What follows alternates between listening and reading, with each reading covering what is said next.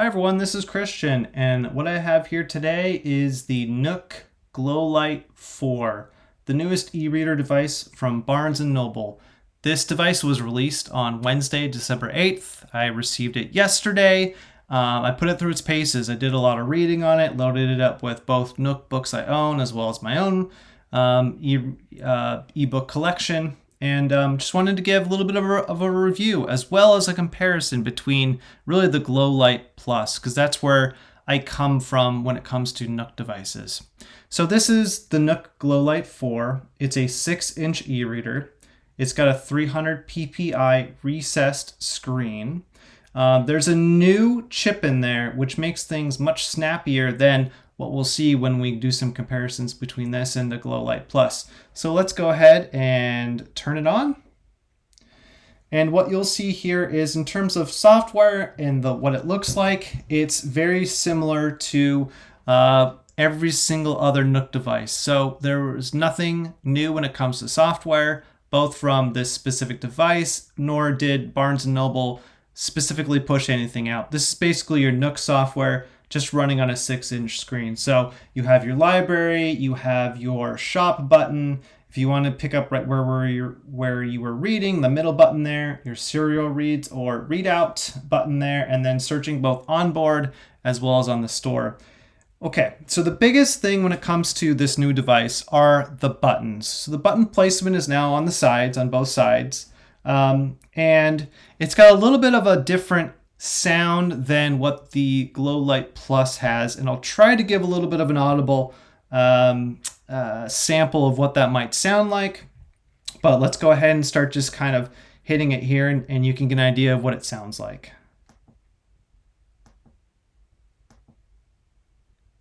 Okay, and then we'll go back. Okay.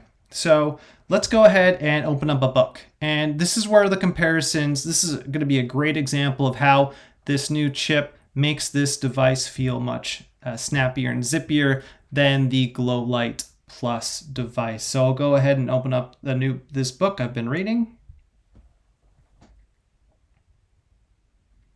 Okay, so it showed the loading buttons very briefly, and then we're in the book. So I want to very quickly show you the responsiveness of the buttons. So the buttons have a little bit of a latency. It's not like a Kindle Oasis where you hit a button and you're really on to the next page. There's a little bit of a latency there, but you'll see when I'm actually tapping the screen, it's very quick. So let's go ahead and just page over using the button 4 times.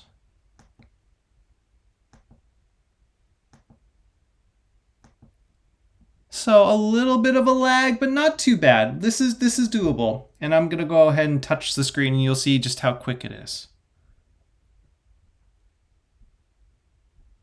That's really fast.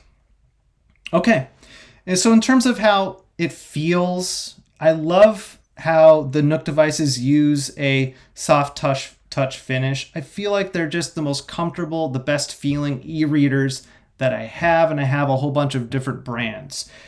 The actual finish on this one, I would say, is just not as nice as the GlowLight Plus, but it's still really, really good. So let's introduce the GlowLight Plus here. So this is Barnes & Noble's 7.8-inch e-reader, released, I think, in 2019. Correct me if I'm wrong. However, let's go ahead and get into a book there. So you'll see that it's just a little bit slower, even turning on the device. Then you do your slide to unlock.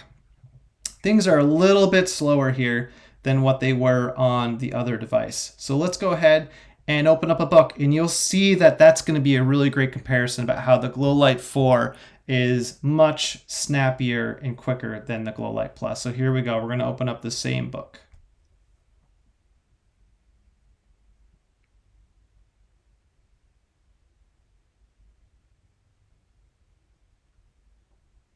And there you go. You have to have some patience when you're using this GlowLight Plus device. You saw I did a couple full screen refreshes. We showed kind of the home screen again. We got to this page, and then we saw the loading buttons show up as well. So the GlowLight 4, much quicker than the GlowLight Plus. Let's go ahead and use the buttons to navigate the next 4 pages, just so you can get a little bit of a sound comparison.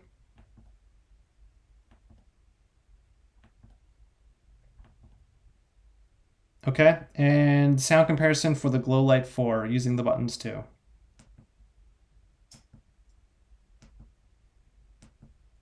So the 4, definitely quicker. Has a little bit of a different audible sound than the GlowLight Plus. And let's go ahead and tap the actual screen to see just how quick and responsive that is. So first the GlowLight Plus.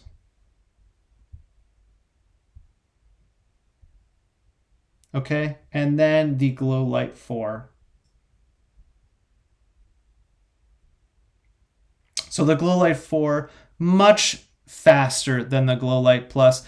The GlowLight Plus isn't bad, but like I said, you definitely have to have a little bit more patience when it comes to navigating that around.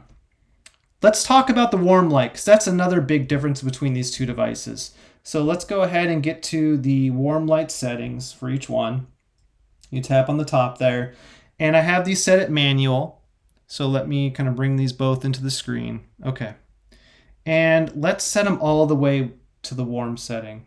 So you'll see with the GlowLight Plus, it is much more, sorry about that, much more warm and has that really amber light to it. Very orange, very amber. In fact, for all the e-readers I own, it is probably one of, if not the most orange screen of all of them.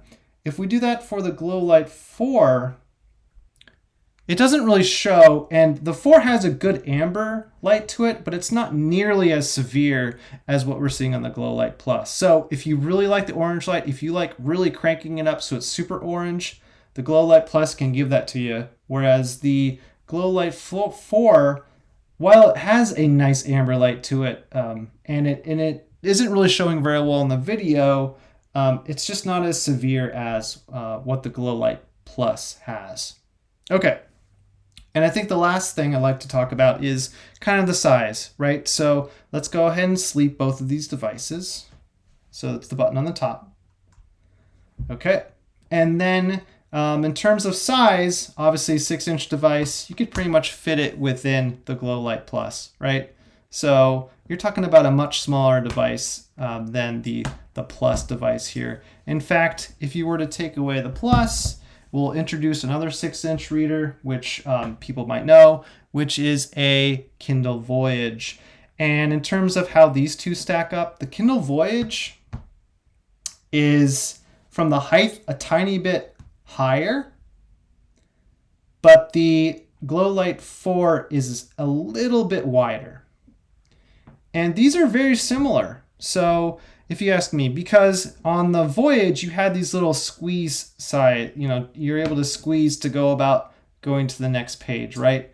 It's almost very similar when it comes to the GlowLight 4. You have the same kind of thing. You're kind of squeezing that in terms of going to the next page. So I'm really liking the GlowLight 4 in terms of how it's easy to pocket. I take my kids to and from school. So if I need to sit around or if I'm waiting around, I can instantly bring this GlowLight 4, put it in my pocket, get it out and read versus, something like a GlowLight Plus, which is a great device. You need to have a little bit more patience. And I think if you're just doing a lot of reading, in bed, having this on your bedstand is A-okay. The one thing that is different between the GlowLight 4 and the GlowLight Plus is that the Plus is waterproof and the 4 is not. So that's a little bit of a miss for me. But overall, I'm really loving the GlowLight 4. It is a snappier, smaller version, obviously, of the Plus. But you saw it's much quicker when it comes to both doing normal page turns, going to the home screen, opening up a book, even when you're navigating the store. The GlowLight 4 much quicker than what I'm seeing on the GlowLight Plus. So that's it. Those are some quick reactions and impressions and a little bit of a review of the Nook GlowLight 4. If you have any questions or comments, please let me know. Otherwise, I hope you enjoyed this video. I hope it was somewhat informational and you got a little bit of a background of how this device really sets itself apart versus an older model like GlowLight Plus from Nook, as well as a little bit of a comparison between this and the Kindle Voyage. Thanks, and talk to you all soon.